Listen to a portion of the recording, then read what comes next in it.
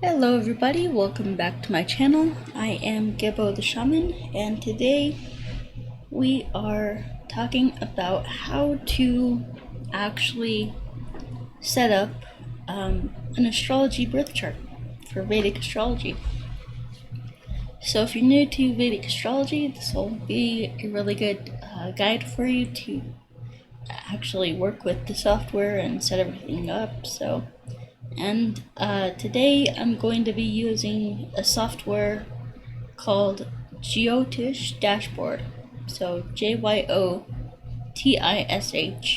Dashboard. And that is a really good software to use for beginners. It's very simple, it doesn't have a lot of complexities to it, because Vedic astrology software tends to be very complex and very detailed and just a lot of information. So this is a very simple, very good layout to kind of get everything set up. So let's go into the screen, to the other screen here. Let me see. So I realized that I've taught you guys about all about Vedic astrology, different we've gone through the planets, through the signs through the houses, and yeah, I've basically taught everything, every single placement, every single aspect about Vedic astrology, except for like conjunctions and planetary aspects. I taught a little bit about that too, but yeah.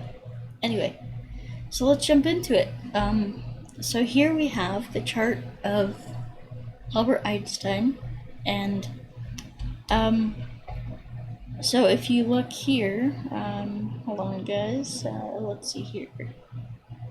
So if we go to Albert Einstein's chart, we can see that, it asks for the name, the gender, we all know that, and so it's going to ask for the date of birth and also the time of birth. So you would input those things, and if you don't know your exact birth time, then this is the purpose of getting an astrology reading from me. So then it's going to ask you about the time zone.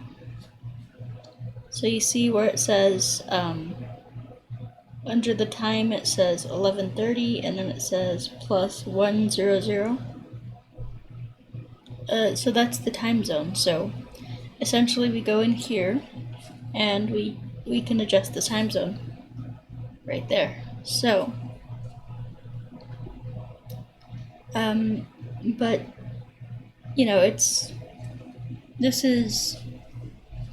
this is something that a lot of Vedic astrology softwares don't get right.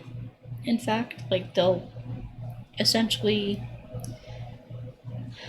I don't know if it's like miscalculations or whatever, but they just tend to not get the time zone right. Especially if you're talking about DST and daylight savings time and excuse me. All right, so what I like to do a lot of times is to actually, I'm gonna take a drink of water since I'm coughing my head off.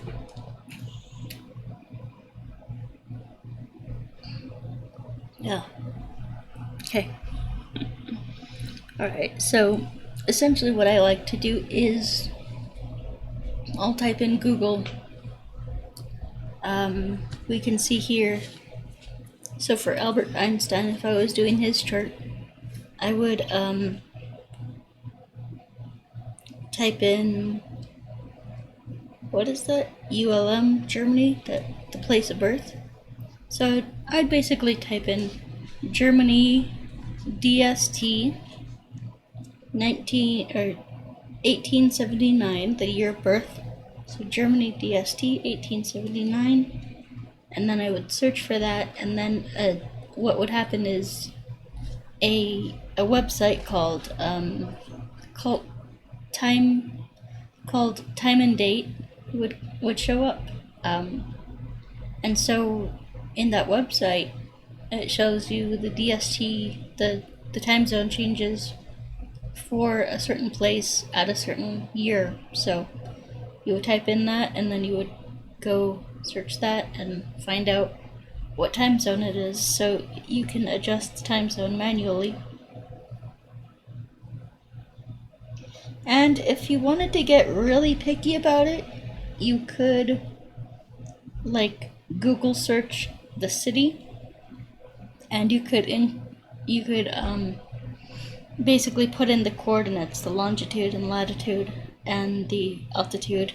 You could do all that, but in my experience, these software is pretty accurate when it comes to cities. It might be a little bit off, but yeah, and that's something to double check as well, just to be sure, because you never know with these things. So you want to double check the time zone and the city, the coordinates, to make sure that they're right. And you would just do that by, like here we have, the latitude is 48 north by 22, and longitude is 10 east by 0. So you would want to double check those coordinates on Google Maps or something like that. And then, so yeah, that's pretty much what you would do. And then, so yeah, that's as far as that goes for actually setting up the charts, the birth time information, the birth information and stuff like that. And then we have something here in the settings, and so with the settings, it'll ask you to back it up. You can do that if you like. And then this is very important right here. So it says zodiac modes, and then it says for signs, and then it says for nakshatras. And you want to make sure both of those are on sidereal. Okay, so we're using the sidereal zodiac. This is Vedic astrology, so that's important. And then we get into something that is very controversial, that a lot of astrologers use different ones, and it's very personal and very controversial. However, that is the Ayanamsha. So the Ayanamsha, and I always use Lahiri, but you can see we have different ones. So this particular software has 1, 2, 3, 4, 5, 6 Ayanamshas that you can use. We have Lahiri, Fagan Bradley, Krishnamurti, Raman, that's the BV Raman one, and some other ones. We have Sri Yukteswar, different versions of astrological Ayanamshas. So essentially what an Ayanamsha is it's kind of setting the foundation for the chart. It is giving you the exact points in nakshatras that the zodiac starts. So at least that's how I can explain it to the best of my knowledge. I know some people really go deep on Ayanamshas, but use the Lahiri, and that is very standard. So if you know nothing about Vedic astrology and you want to get into it, use Lahiri. That's your best bet. So, all right. So we have the Ayanamsha, and then we have the house cusps. So essentially, you can kind of you can enable these or disable these. I don't typically use house cusps. So you could probably leave those. Anyway, but for Vedic astrology, we use the Campanus system. Probably pronouncing that wrong, but oh well. Anyway, so yeah, that's what we use, and so then we have it's giving us some different options for Rahu. So let me scroll up. So we have Rahu. Alright, so if we use the true node, which is basically where Rahu actually is in the sky, that's the true node, and this affects Rahu and Ketu, but if we were to use the true node, Rahu would be running around like crazy, like that essentially makes Rahu go along with like the moon and stuff like that. So it's I don't know how it's actually calculated, but from what I hear, it's very fast moving. So I like to use the mean node because that's essentially there's some different uses for those, for the true node and the mean node. I'm not familiar with those, but I just like to use the mean node. So anyway, and then we have to display the time zone in the user's time zone, my current time zone, or GMT. So I typically use this on user's time zone. I'm not exactly sure what this does, but I think it's more for the here and now chart reading. So if we go, hold on, let me see here. We can go to. Oh, it's not. Let me see here.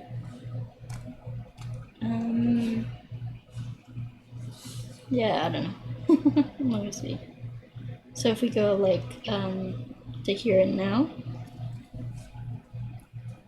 that would be, let me see.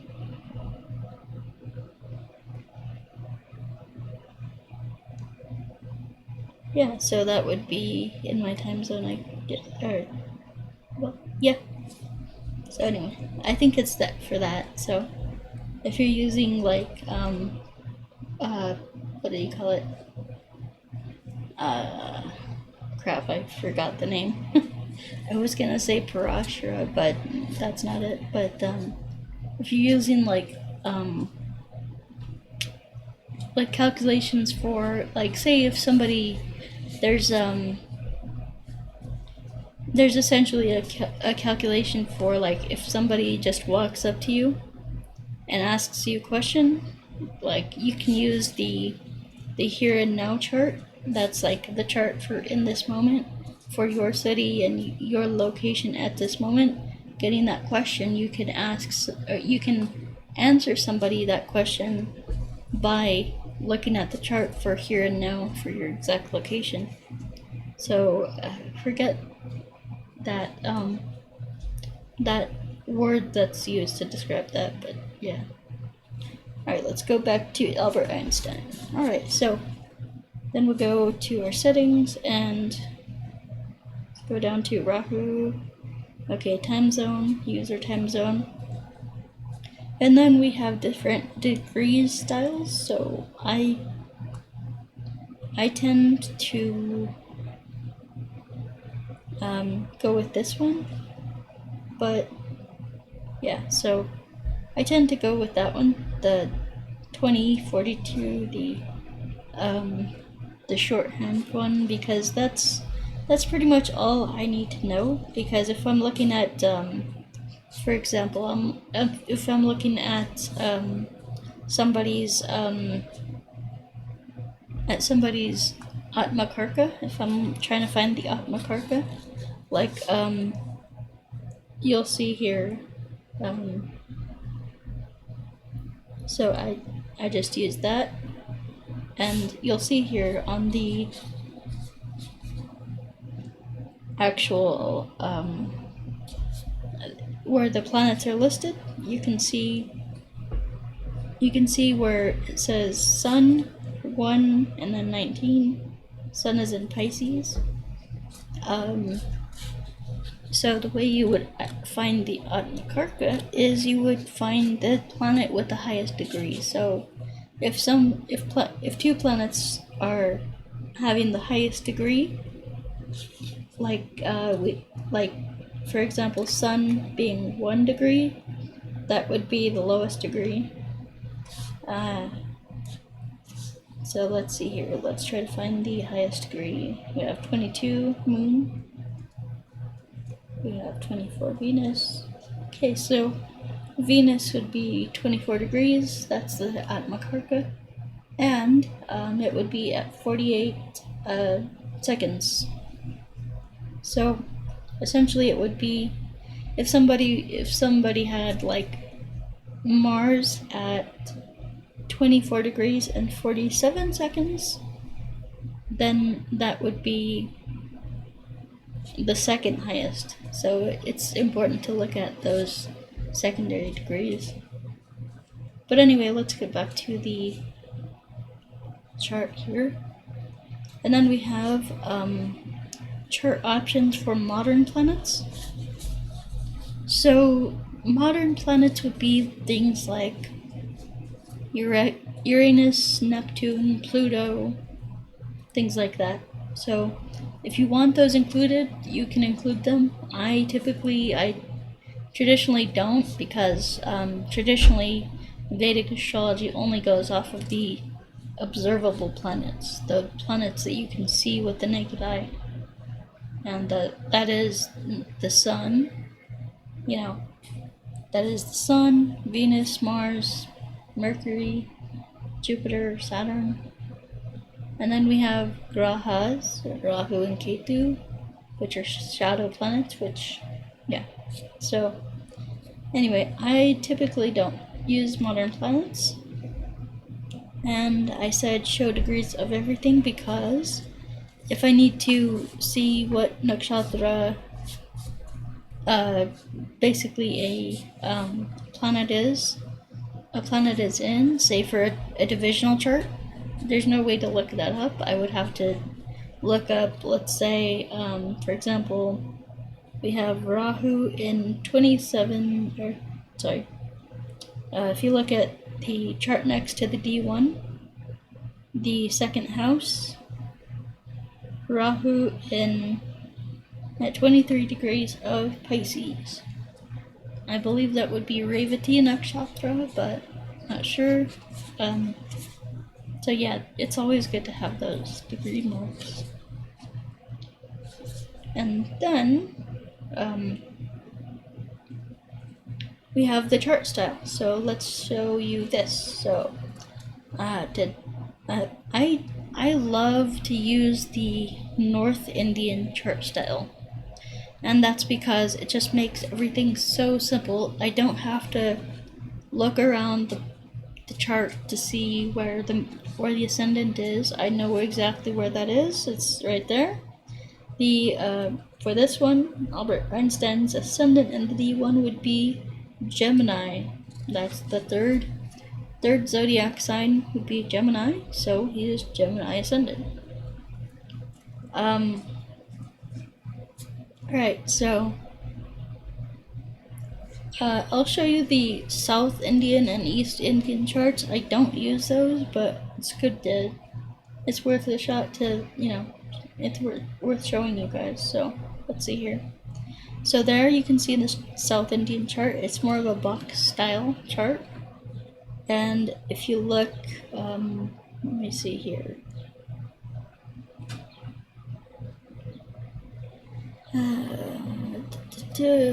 Where's his ascendant?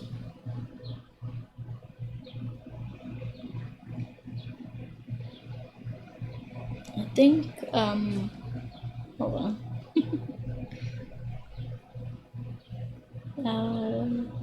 Oh, so that's weird. So remember how I said he was a Gemini ascendant? Well, if you look at the upper right-hand box right there, that's Gemini. So it's a little bit weird, and that's the one that's highlighted, so it's a little weird, but, you know, whatever. I do actually like that they highlighted that, so it makes it easy to see. I haven't, you can tell I haven't used this chart, so that's why I don't know about it. So anyway, let's see here. So then let's look at that was the South Indian, let's look at the East Indian. Alright, and this one I am really not sure of. I've never looked at an East Indian chart before. So you can see, wow, it doesn't even have the, wow, that's interesting. So, yeah. Very interesting. So, anyway, let's go back to North Indian chart. Let's see here, North India. There we go. Alright, and of course, English language. And yeah, so that's about it for the features of the app, and that's kind of how you would set things up to kind of, you know, do a reading, or you could look at your own chart with this system, or, you know, whatever. You could look at clients' charts with this. It just makes, this is a very simple app. It doesn't have a whole lot of, you know, bells and whistles to it. It's pretty simple, so I kind of like that in a way. And then when this is not a chart, a software that I would use to do like Vedic astrology. What do you call those? Birth time rectifications. Like I do birth time rectifications, but I use a different software for that. I do use another software called Jagannatha Hora, and that is free software that you can get on your PC or your Mac or whatever. And yeah, so Jagannatha Hora, and this software that we're looking at today is called Jyotish Dashboard. So anyway, guys, so I'm gonna do a part 2 to this. Let me see how I am on time, actually.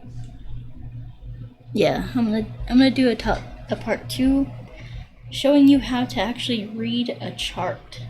How to, you know, read a chart, because, you know, some people don't know this, but yeah, it's really good to know these things and to learn, you know, how I do it. So anyway, so yeah, I'm gonna end it here, and let me just turn it back to the other screen so I can properly end this. There we go. Alright, let's see here. Well, let me see here. Alright, so, sorry guys. Alright, so, yeah, I'm gonna end it here. So, as you guys know, they might not know, but I am a Vedic astrologer. I do Vedic astrology readings professionally. So, you can check out everything that I have to offer, all of my readings, all my birth time rectifications, all my astrology certification course even. So if you're interested in anything like that, then you can go to my website, gebotheshaman.com. It's down in the link below in the description. And I also offer, when you purchase an astrology certification course, I basically give you a free website. So you can, promote your website and get astrology clients. So that's really great. It's an opportunity that, nobody often gets a free website. It's not often that you hear about people just getting free websites because they are expensive. They cost a lot of money. To essentially run and maintain and operate and all that good stuff. So, you'll get a free website, and it's gonna be under my name, Gebo the Shaman, and essentially what you'll do is promote that site, get clients, and start your own astrology business. So, if you're interested in that, go to my website, gebotheshaman.com, and and then we have, of course, the astrology, the birth time rectifications. So if you're interested in those, go to my website once again. Birth time rectification is an easy process where it's like you just answer a few questions for me, and I can pretty much guarantee that I'll get your birth time down to the span of a minute.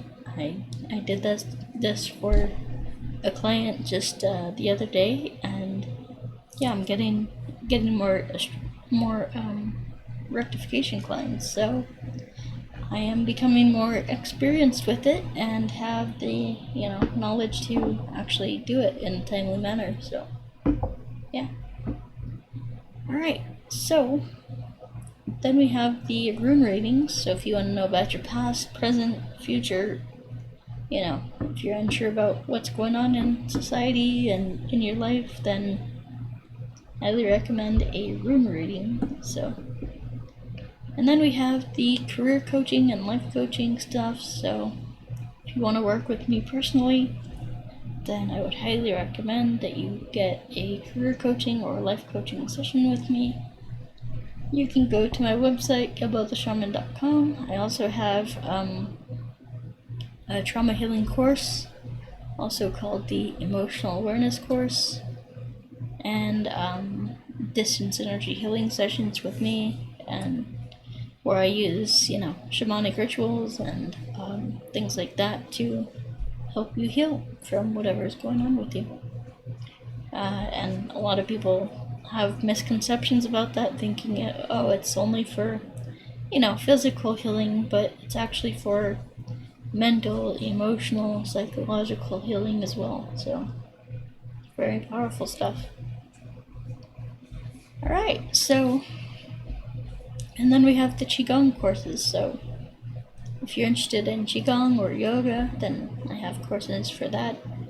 So you can go check those things out on my website, gebotheshaman.com. And that's about it for me, guys. So thank you for watching, and we will talk to you next time. Peace.